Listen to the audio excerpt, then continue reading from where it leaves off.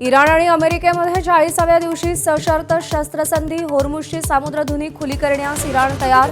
इराणचा 2 आठवड्यांचा शस्त्रसंधीचा प्रस्ताव आम्ही स्वीकारला. ट्रम्प यांची घोषणा.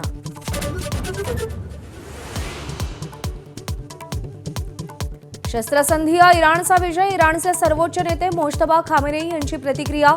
तर अंतिम कराराची चर्चा इस्लामाबादमध्ये होईल. खामेनेई यांची माहिती.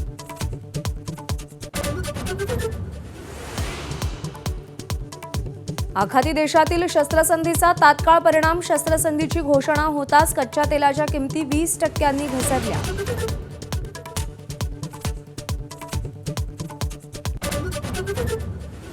आखाती देशातल्या युद्धाचा औद्योगिक क्षेत्राला फटका. महाराष्ट्राची एका महिन्यात 1 लाख कोटींची निर्यात घटली.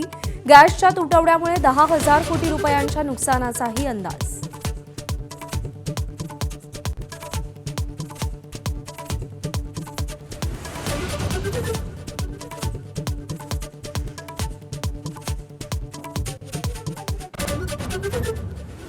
युद्धविरामानंतर आशियातील शेअर बाजारात उत्साह. सगळेच बाजार हिरव्या रंगात.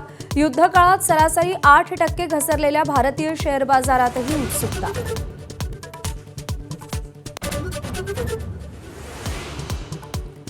बारा गुन्हे, 24 तपास अधिकारी, 30 साक्षीदार. एसआयटी अधिकारी तेजस्वी सातपुतेंनी खरातची कुंडली मांडली. तर चाकणकरांसह इतरांना चौकशीला बोलवण्याबद्दल तूर्तास मौन.